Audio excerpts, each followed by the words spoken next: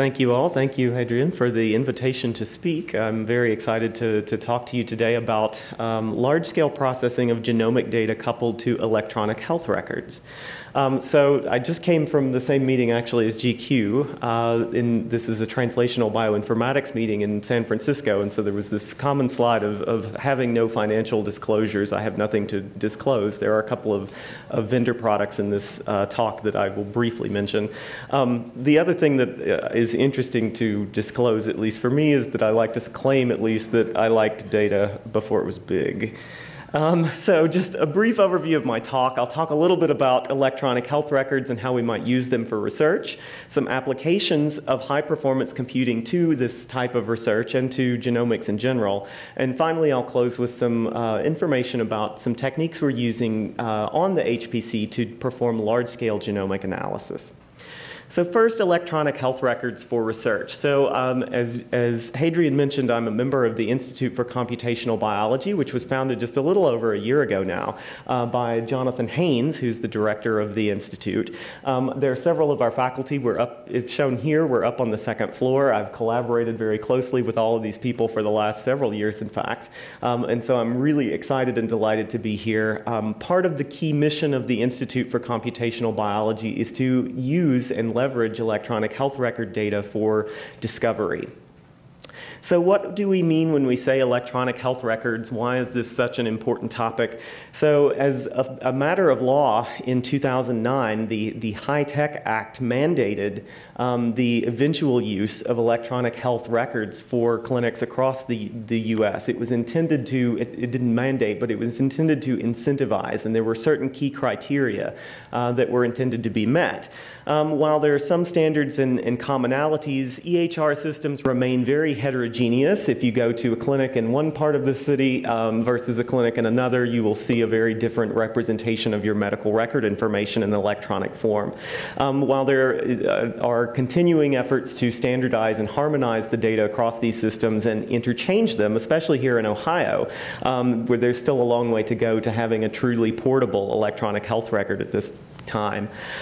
So there are a variety of vendors. Some of them are listed here, include Epic Systems, Allscripts, IBM, McKesson, Siemens, GE Healthcare. These all have vendor products for the management of electronic health records.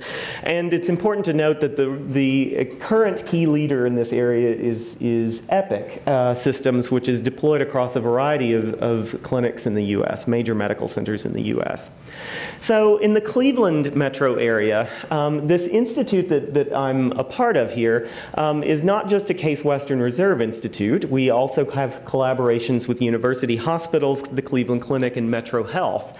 And what's really remarkable about getting buy-in from all of these major institutions in the area is that if we can aggregate the health record data across all of these clinics, we will approach 90% of the health care that goes on in the Cleveland metropolitan area. And this is unheard of for electronic health care research.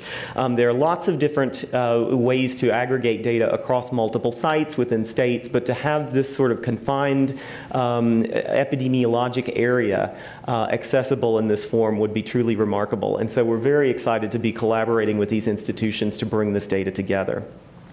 So I always have a little bit of fun talking about electronic health records. This is not my primary area of expertise. I use electronic health records for genomics research. But how many people in the room have ever seen your own electronic health record? All right, a few people. In fact, you may not even know you have one if you haven't, if you've never asked. I believe it's in general practice accessible to all patients. So if you want to see what's in your electronic medical record, you can ask and see it. But there are a variety of different elements that make up an electronic health record. So we have what we call structured elements, which are standardized fields that physicians or interns, clinicians can enter values into. We have what I like to call loosely pseudo-structured text. There's usually a practice or a format in which clinicians write notes. However, it's in some cases free form and still subject to natural language use. There's also unstructured text in the form of clinical communications and other forms of information. And as I've noted before, that these systems are very heterogeneous. Even the EHR elements can differ between clinics systems within the same healthcare system. If you go to multiple sclerosis clinic or a rheumatoid arthritis clinic, they may have different combinations of structured elements of pseudo-structured text and of free text than if you went to a cardiac care clinic, for instance. For the structured elements, just a few pieces of example information. Usually there is some structured element that indicates demographic information, like your date of birth, your race or ethnicity, the gender of the patient. Vital signs in some cases are structured elements, so things like heart rate, blood pressure, height, weight, body temperature can be entered into structured fields. Some laboratory values get deposited into structured elements and can be looked at in this way. And then the bulk of the structured data within a medical record system has to do with billing and procedure codes. So an important aspect of a medical record system for most clinical operations is for billing. And so the current practice in the United States is to use ICD-9, which is the International Classification of Disease, version 9. There are initiatives to move to version 10, which is the standard that is now adopted in most of Europe. However, that keeps getting pushed back, it seems. There are a couple of other types of codes. There are specific oncology and histology codes for cancer registries.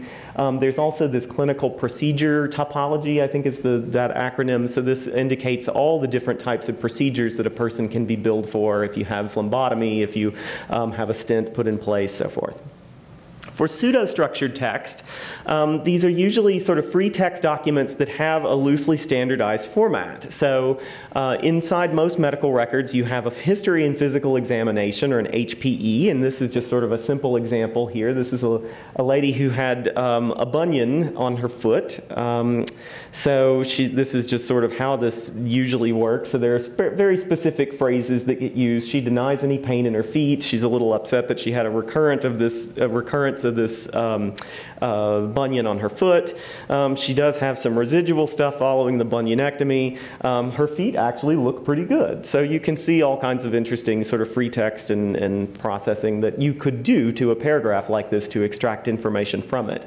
There are also a variety of other types of structured elements or pseudo-structured elements. So a problem list is typically a long list of simple conditions using a loosely standardized vocabulary that indicates what conditions people have, their known significant medical procedures, if they'd had a prior surgery, if they'd had a recurrence or a prior cancer, that sort of thing. That's again for procedures. Another key point is allergies. Drug allergies are usually recorded in sort of a list-wise fashion in the medical record. And so this is sort of pseudo-structured text. And then there's a variety of unstructured text, clinical communications, phone calls, prescription refill requests, discharge notes, clinic-specific notes. So for instance, in my work looking at multiple sclerosis at Vanderbilt University, there is a very specific laboratory report that is used for the assessment of oligoclonal bands, which is a diagnostic procedure for multiple sclerosis. And so that comes back in a very standardized format. Laboratory and procedure reports, often after a particular procedure, there's a little report that accompanies that. And then there's also what I like to refer to as just general medical flotsam. If you look across medical records, there are all kinds of communications, all kinds of little memos and notes that are just accumulated and stuck into these systems that in some cases can be useful for research purposes. So after studying electronic health record systems and learning to use them for research at Vanderbilt University, I had a bit of an existential crisis. I think everybody goes through these in their life. So first, at some point in your teenage years or maybe in college, you realize that your parents really don't know everything and that sometimes they can give you bad advice or wrong advice. Then eventually, you'll go into the doctor and the doctor kind of shrugs his shoulders and really doesn't know what's going on. And, you can read some research papers and figure out, oh, well, maybe I have this condition, and you run the test, and you figure out eventually that maybe you know a little bit more than your doctor did. And then this third key point which came to me is that your medical record may be wrong or may contain bad information or inaccurate information. And I'll give you some examples of this, but my phrase is that EMRs are very useful, EHRs, electronic health or medical records, are very useful, but they can in some cases be noisy and inaccurate. Now, how they get used in a clinic doesn't doesn't necessarily mean that that translates into bad clinical care, but just in looking at aggregate, in some cases, they can be very wrong. So here's a great example. This is a really fun example because everybody's familiar with height and weight, and it's usually constantly on people's minds when they go to lunch. These are the most ubiquitous types of measurements in an electronic healthcare system. You always get weighed and measured and asked your height, if nothing else, when you are checked in at a clinic. So this is work by Robert Goodloe, who's a former student, actually, of the Department of Epidemiology and Biostatistics here. And so looking at some data from a cohort that was generated in collaboration with Dana Crawford, this is called the Eagle BioView data set. And so we looked at human height across around 11,000 patients in this medical record system. And Robert actually came up with a very interesting way to clean up some of the noisiness in this data. And this is a plot where if you look at multiple measurements of height over an individual's medical record, so you've got multiple instances, visits, this sort of thing, you can record their height. If you take their, let's say their first instance of a height measurement, and you plot the rest of them against that first measurement, you can look to see what the difference is, right? So if you did this for kids, you might expect that there would be some, nice curve where you're seeing this kid's height change eventually over time, but once you reach, probably around 22 or something like that, your height kind of stabilizes, so you don't expect this to change much over time or over multiple visits. What Robert was able to divine from plotting the data in this way is that there are unit conversion problems in entering data into these structured elements. And so here are individuals that had their height, which should have been recorded in centimeters, converted to meters, here in feet, here in inches, a clear line here. There's a bunch of people. The squares here are the pediatric samples that are falling all over the board because their heights are changing. And then here are the folks who were properly measured in centimeters. And what's especially fun out of this plot is you see this little bubble here, right around 180, 170 centimeters of height. And we think that this is due to two things. One is if you aren't, so height is not often routinely measured in a clinic. It's recorded, but it's not often measured because that requires this goofy device called a stadiometer that lays this metal block on the top of your head and gives you an accurate measurement.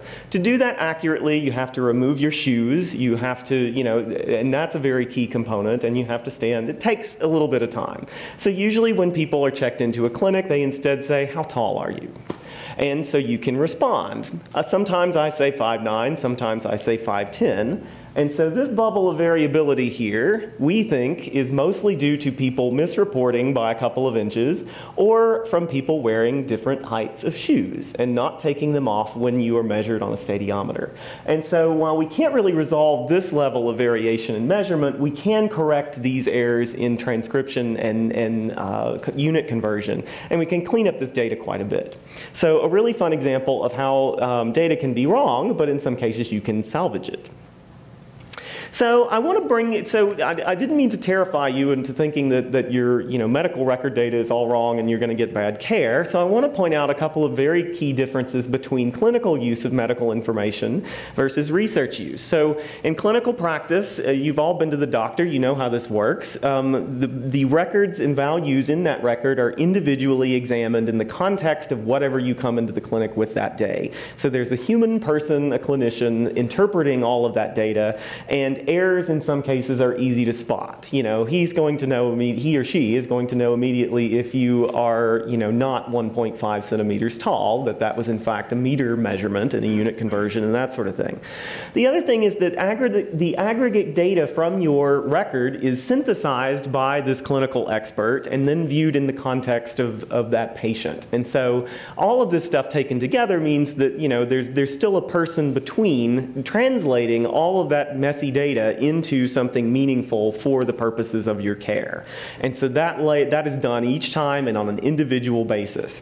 In research use, we're looking at data in aggregate, which is a very different thing. So we don't have that layer of translation for every individual's collection of information. So errors are not so easy to spot and identify, as I've shown you on the previous slide, and that data points are examined outside of the context of the particular patient. And this can cause all kinds of problems. If you come in with renal problems and you're measured as hypertensive, if you have a kidney problem or taking a medication or something like that, that's going to throw off your normal blood pressure measurements. So there's always a context in which measurements are taken, and if that's not taken into account, you can end up with a little bit of noise in your data.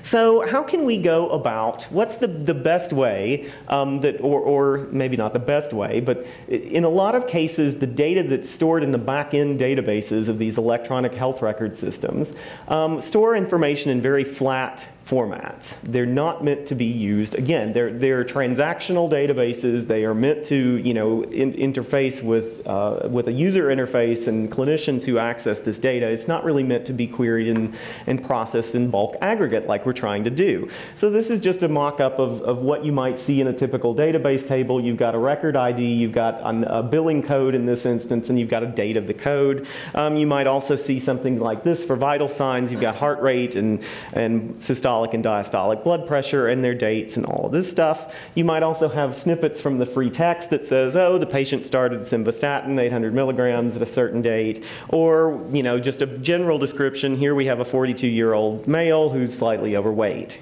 So it would be absolutely awesome if we could take all of this very flat information and process it in some way to generate a true picture of a trajectory of a person's of a human's health. And so this is a mock-up that was done. Actually, this may be a true electronic health record product called Office EMR by iSalus Healthcare. I chose this completely at random simply to show the point. Most medical record systems, if they do perform this layer of extraction, it's a layer on top of the data that really doesn't organize the underlying data in any particular way. And so it would be absolutely fantastic if we could take all of this flat information, process it, and move it forward, and say, here's when the patient started simvastatin. They were on it for a given period of months or so forth. This is what their, in that case, blood cholesterol levels did over time. This is when a person was diagnosed with a specific chronic condition. So again, multiple sclerosis, rheumatoid arthritis, there are tons of chronic conditions, and you could examine how a patient progresses, what their clinical measures of severity of that disease is over time. So having this temporal component would be a truly remarkable advance, and we don't really have that yet. So part of the big thinking that we're doing in the Institute is to come up with ways that we can restructure, organize all of this data in aggregate, match it up across institutions, anonymize it, and have a research accessible version of a database where anyone in this room could go in and say, show me all patients who have multiple sclerosis who have had it for more than 5 years and who now walk with a cane. And so having all of this structured information, we could actually do that. So that's one of the key goals. So that's my spiel on electronic health records. How can we use this stuff to do something interesting, do something useful? So what can we do to make new discoveries using this data? So I want to go over an example, in this case, by two very close colleagues, Matt Ochens, who is a graduate student working with Dana Crawford, who's now in the Institute, who looked at calcineurin inhibitor toxicity. So for those of you who don't speak medicine, this is a drug. Calcineurin inhibitors are specific types of drugs that are given post-transplant to prevent an organ from being rejected. If you have an organ transplant, it's a foreign body in your system, and you have to suppress your immune system in order to tolerate that foreign body being there and helping to save your life. So the two most common drugs that are calcineurin inhibitors are tacrolimus and cyclosporin, again, immunosuppressants. These drugs have what we call a very narrow therapeutic window, which means that for any individual, you need to dose them pretty well. Too little, and they're going to reject the heart or kidney or whatever solid organ. Too much, and you're going to suppress their immune system to the point that either they have adverse events from acquiring infections, or in this case, they have kidney toxicity and start to show effects of kidney failure. So nephrotoxicity or kidney failure or kidney damage is the most serious and common complication of using these drugs. We can measure this. It's routinely measured in the clinic using two measurements, serum creatinine and glomerular filtration rates, which is a mouthful to say, or a GFR. These are often measured very systematically post-transplant to assess kidney function and to try to get the dose of these drugs right. So the study design was to use the medical record system at Vanderbilt to identify patients having a heart transplant using these specific collections of codes. I can tell you more about why they were selected and that sort of thing if you're interested. They also needed to have at least one mention of an immunosuppressant or one of these two drugs that we're interested in. They had to be greater than 15 years of age because there are differences in how patients are treated if it's a pediatric organ transplant, and they needed available DNA to do genomic studies. So we only looked at heart transplants in this case because the other primary solid organ transplant at Vanderbilt is kidney transplants, but that would have totally confounded our study because we're interested in kidney function. So we restricted it to heart transplants. And we're looking at kidney function post-transplant. And just to give you a little bit of background, there are really 5 different stages of severity that are kind of estimated by this glomerular filtration rate in terms of kidney failure. You can have sort of normal kidney function all the way down to complete kidney failure to the point that you need dialysis in order to stay alive. And there are various different layers in between. So the outcome for this study was to look at an estimated GFR. This is just a mathematically modeled glomerular filtration rate that takes into account a couple of other variables, including the race and ethnicity, the sex status of the patient, and their age. And we defined for this study severe kidney disease as being having an eGFR less than 30 for post-transplant for 3 consecutive months. And so we also looked at time to development of this severe nephropathy. This is the real reason that I talk about this study, is because Matt worked very hard to produce this absolutely enthralling plot. So this is a list of a plot of eGFR data points, the median over particular windows for months after transplant for these transplant patients. So you can see the little gray dots here. There are lots and lots of data points, lots of measurements per individual. The black lines and ultimately the red lines here are patient trajectories. So you see in some cases they move down to stage 3 and sort of flatline. In some cases they remain at stage 2. And then there are some patients who do very poorly and then eventually progress to the point where they need dialysis, and that's what these red endpoints are showing here. And this is sort of the averaged trajectory over all patients, which is rather sad given that they do end up with moderate levels of kidney dysfunction from this study. What else is interesting is that from a genomics perspective, we did discover a functional variant in a gene called DPYD that's associated to, in this case, the cyclosporin nephrotoxicity. There's also a replication of another prior finding. The genetics are interesting, but the main point is that this data is really difficult to get a hold of, first of all. If you were to ascertain this, it would take years to try to get all of these transplant patients accrued in a traditional study. And this is really a proof of principle about that trajectory comment. You know, if we had data structured in this format, we could make these discoveries a little bit easier. So this took Matt, you know, probably 8 to 9 months in order to accrue all of this data, to process it properly. You know, some of this may sound like simple database queries, but I guarantee you that in no case were they simple. And so even figuring out how to plot the damn data was annoying in some cases.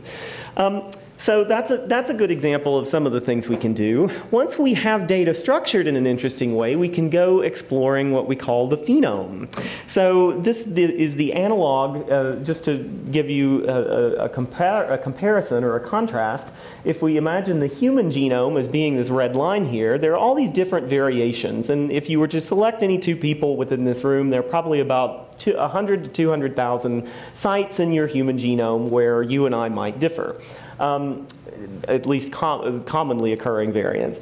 And so if we imagine, you know, the genome as being the sequence of genetic changes or binary flips in our genomic code, we can then do something called a genome-wide association study, which has been very popular and very prolific over the last 6 or 8 years for examining systematically each of those genetic differences across an entire population of individuals. So if, again, for instance, multiple sclerosis, you have cases who have the disease, you have controls who are disease-free, you have them all spit in tubes or you draw their blood, and you get measures of, very accurate measures of their genetic information. You compare them to see which genetic variants the people with the disease have that the controls don't. Very straightforward approach.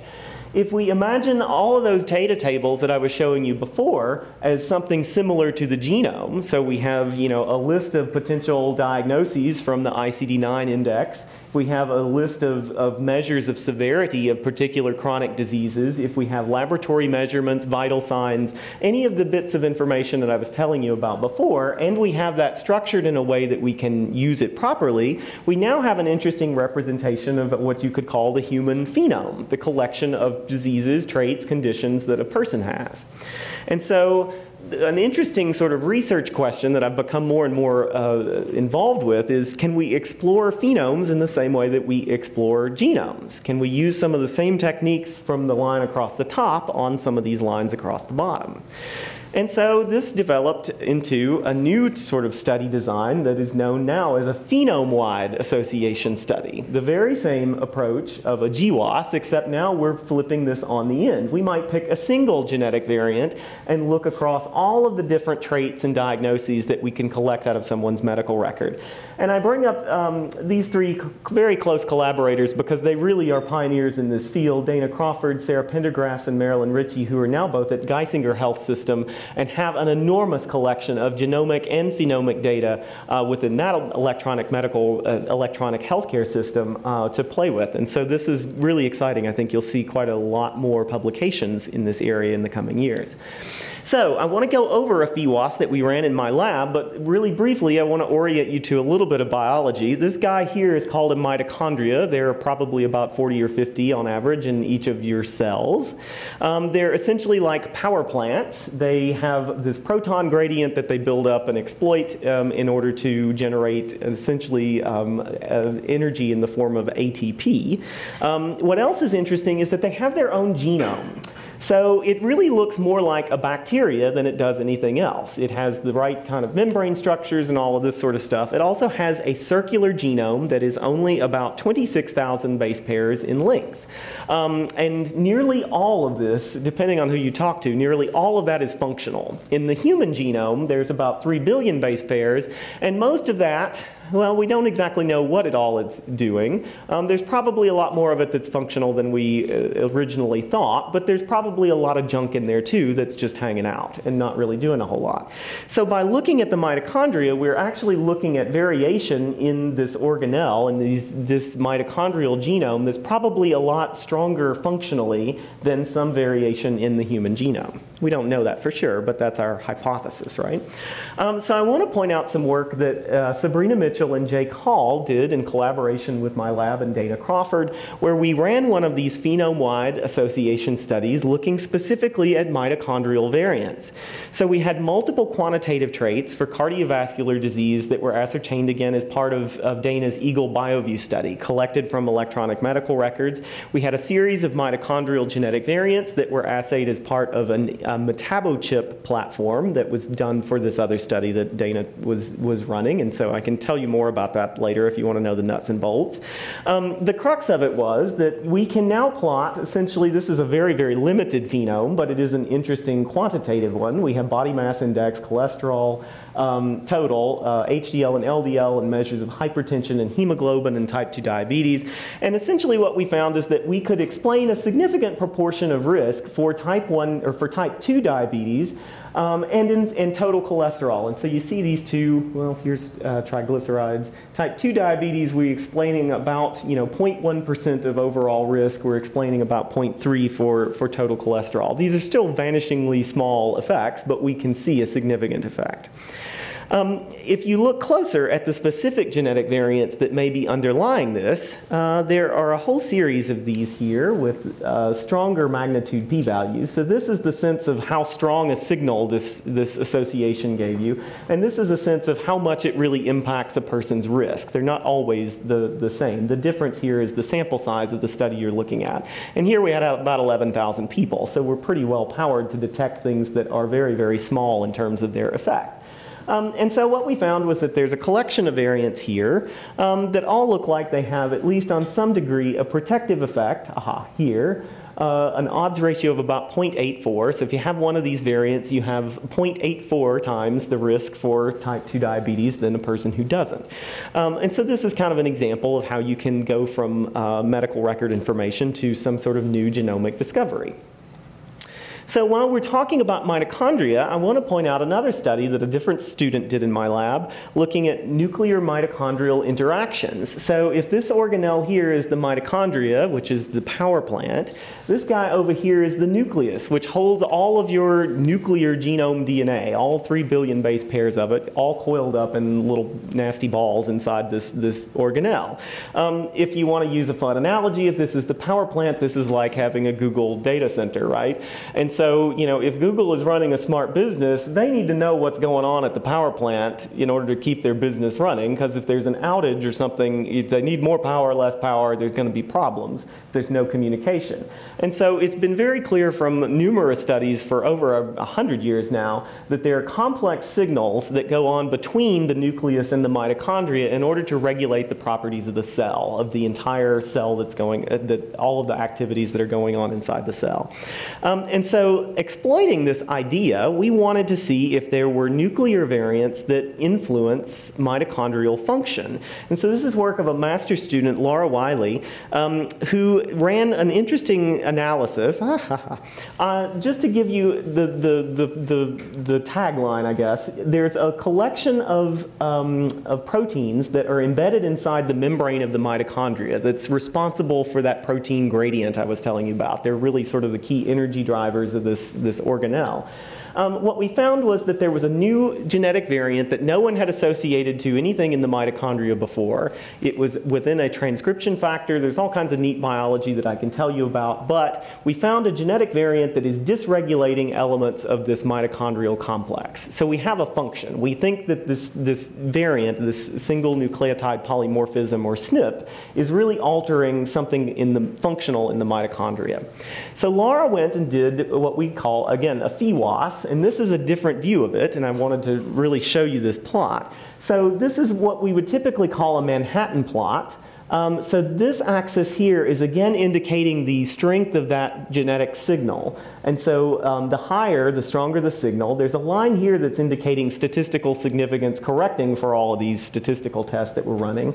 And the color-coded bands along the bottom are groupings of these ICD-9 codes. So you can build rough groupings of these different codes. And here you have the purple are infections, the blue are neoplasms, endocrine and metabolic disorders, hematopoietic disorders, pulmonary disorders, and so on. Even injuries over here. If you believe it or not, you could find SNPs for, for crazy behavior or something that would land you in the ER. So what we found were two interesting connections between this mitochondrially influencing SNP and diseases. So the first was for cancer of the lip, which was the strongest of the signals. We only saw this in about 20 cases compared to about 35,000 controls, but it was still a pretty severe signal. And we've got some other biological data that backs up the idea that this SNP really is influencing cancer of the lower lip specifically. And we also found this interesting association to chronic obstructive asthma as represented in the billing codes. And so we're following up on the asthma case. This is an extremely difficult phenotype to look at, so we were really lucky, and this sort of illustrates a point as well. By combining all of this medical record information, having 35,000 samples, we were able to look at extremely rare conditions as well. So this is sort of a way you can look at the characterization of the phenome for a particular SNP. So I want to conclude by talking really briefly about large-scale genomic analysis, and I want to point out this is all exclusively the work of Jake Hall, who's a really bright student in my lab who's done incredible things looking at genetic variation. So we usually think about the genome as individual variants. And most studies, at least, have looked at how individual genetic changes influence common diseases. So type 2 diabetes, heart disease, this sort of thing, things that occur commonly in the population. It turns out that after 10 years of doing these types of studies, we've learned that the individual genetic changes contribute very little to common disease. We can detect their associations. We can see them in some of the studies I've just shown you. But their effect, their impact on an individual individual's risk for a disease is very, very small. So your risk for multiple sclerosis might change from 1 to 1.2, which in the grand scheme of things is not a very big change. So Jake and I have been working on ways of examining changes, these genetic changes in aggregate, to inform biology by looking specifically at mechanisms. So just like I was showing in the prior slide, we have mitochondrial genetic changes, a specific mechanism that I could take to someone in a lab and say, test this cell's mitochondria. We're looking for other sorts of pathways, other kinds of mechanisms that we could take to bench researchers and that sort of thing to test for specific diseases. And so part of the other assumption that we make is that we want to explore is that combinations, specific pairs of genetic changes may contribute more to your risk than having either of those pairs alone or simply adding their risk together. So it could be that, you know, if you have this specific, very specific combination of genetic changes, you increase your risk tenfold above just each of those individual risk levels. And this is an area that has been explored, but not a very detailed way, mostly because of computational expense, which is where we're going. So we're using an approach that's called a mixed model analysis. I'll bore you the math, or spare you the boring math, but I do want to point out this equation here, which is an estimation of a genetic relationship matrix. I'll walk you through it in an easy example. If we each bought 23andMe kits and spit in a tube and mail our DNA off to that company, we can log onto the website and download around 100,000, or actually for them I believe it's around 1 million genetic sites in your genome.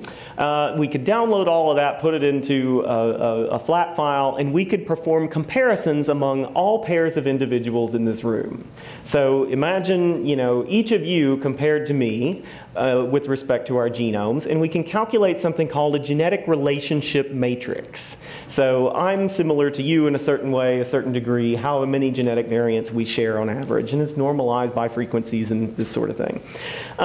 That's the simple way of doing it. It produces what we could then call, we can plug this into a model. So if we measured everyone's height in the room, we could then relate how genetically similar we are to how phenotypically similar we are with respect to height, and get an estimate of how much variation in height we can explain from our genetic similarity.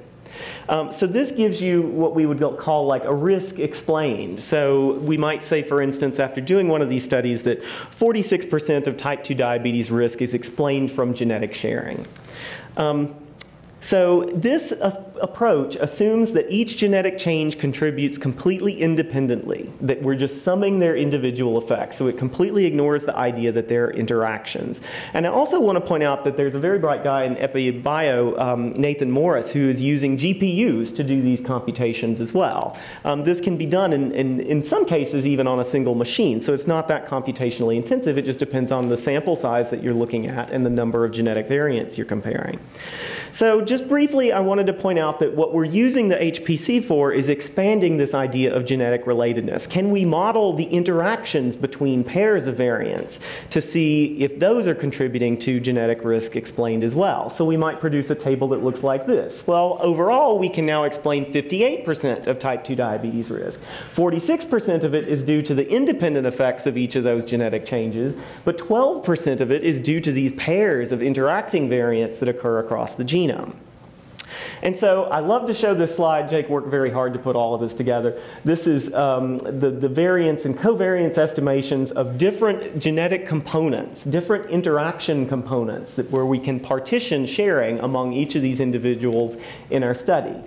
The idea here is that this requires lots of computation. So now I'm still picking every pair of person in this room, but instead of comparing each of our single genetic variants, we're now comparing pairs of those genetic variants as well. So there's a combinatorial explosion already that we have to account for. And honestly, we can't do this across the entire genome. We can only do this for selected genetic mechanisms where we're restricting the set of genetic variants we're comparing. So the HPC has been invaluable for using this, and we're very grateful to have access to such a great resource. So with that, I'll close. I just want to acknowledge all of the members of my lab, including Jeremy Fondren, who's done quite a bit of programming and development for us in these projects, the Institute, of course, and grant support from my collaborators. Thank you.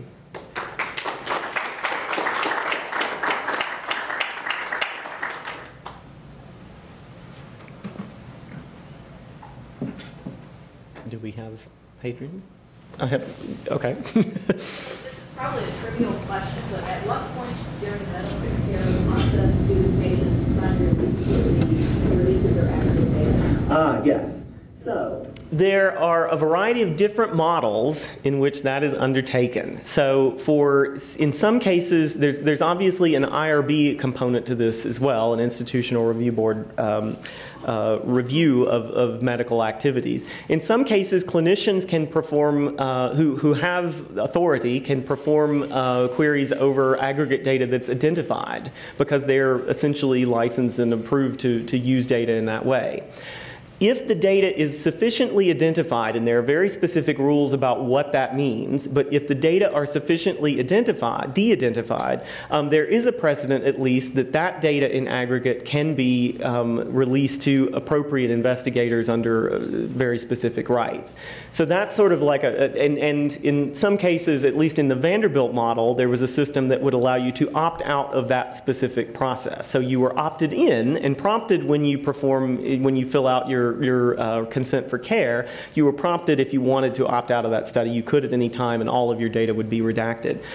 What that model has essentially gone away now. Now there are global consents for release of your medical information that you'll start to see, I think, pretty soon at most major institutions when you sign for care, so you can agree to participate in research studies or not. There are also a variety, this is an entire sort of realm of research on its own, of different ways to allow patients to consent for different pieces of their medical information. So it's a really, really fascinating area. It's a great thing that obviously to have patient control. We don't want to use data that people aren't comfortable with us using. But it's also a really great solution to generate large numbers of participants. Other questions?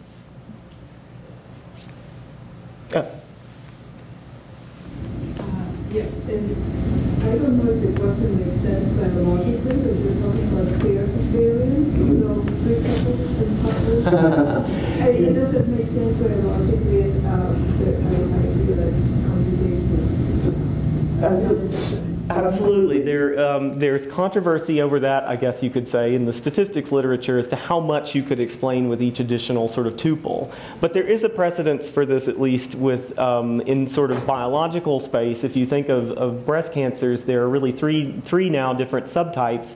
There's ER, HR, and I'm blanking on the last. But there are three different sort of biological markers, and the triple negatives have dramatically different survival outcomes. And so exploring sort of that specific combination is showing that there are differences. And so we think it could be the same for genetic changes as well.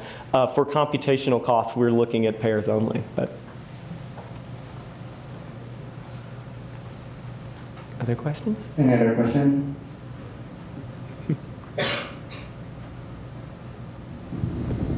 Okay, if not, Thank you so much. let's thank Professor Bush. Thank you.